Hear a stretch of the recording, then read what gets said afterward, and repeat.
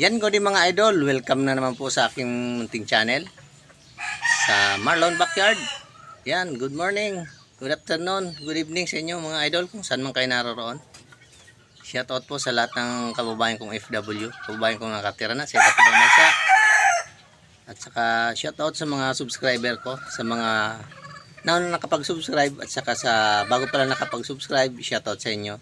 At sa hindi pa po nakakapag-subscribe mga idol, pa-subscribe na lang po ng aking munting channel. Thank you in advance mga idol ka-backyard.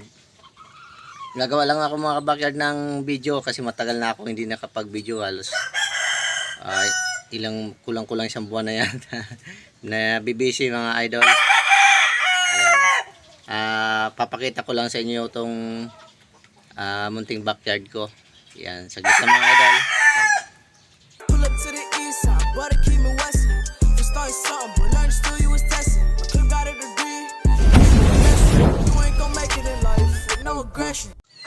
Ayan na sila mga idol. Halos lahat po yan mga idol, mga lugon sila lahat oh. Pahapiyaw-pahapiyaw na lang natin mga idol. Yan siya no. Babad yan sa ulan init mga idol. Ayun oh. Para madali silang makapag-lugon. Madaling malaglag yung kanilang mga balahibo. Yan. Yan ang ating mga alaga mga idol. Halos lugon talaga lahat mga idol. Kahit yung mga natin. Pero halos istag naman to lahat mga idol eh. Yan, puro lugon na.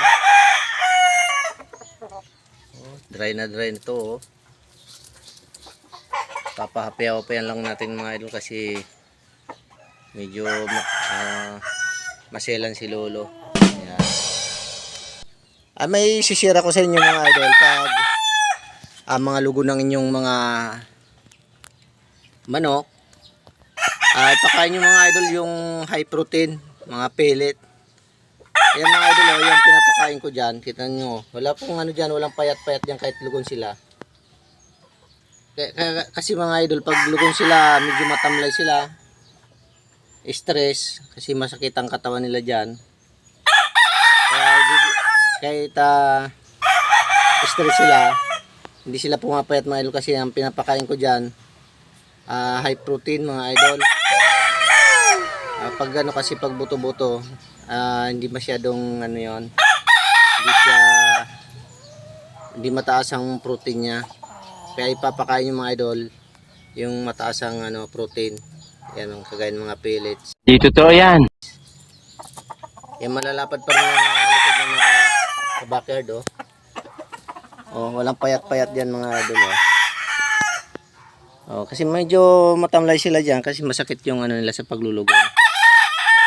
Ayan, kayo na lang mag-research mga idol kung bakit maganda sa manok yung high protein pag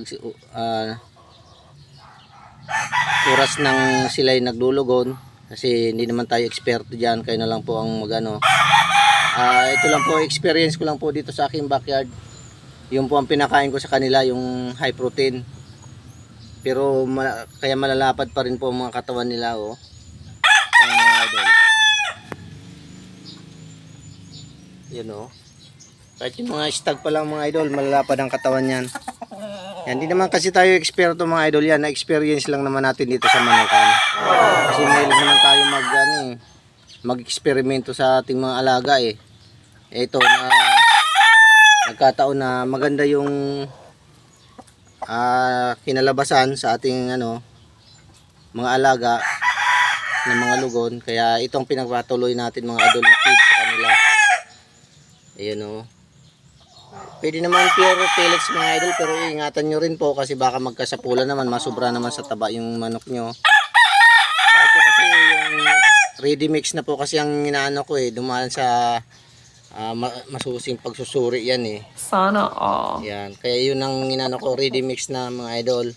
Kung kayo magmi-mix mga idol, 50-50, pellets at saka grains, pwede naman po.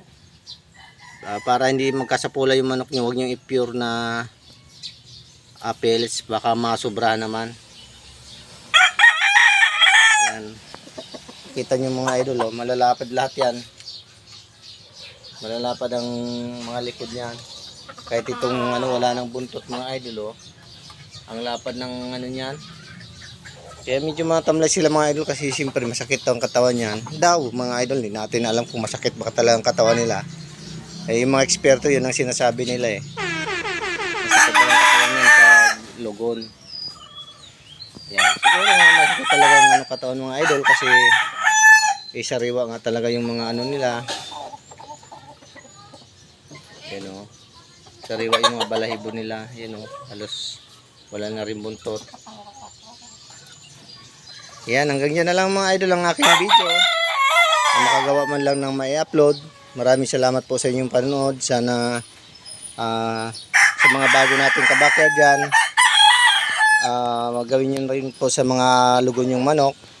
Ang ipakain nyo po yung mga high protein na feeds na nabibili sa ating poultry supply. Yan, salamat sa inyong panonood mga idol. Bye bye po and God bless.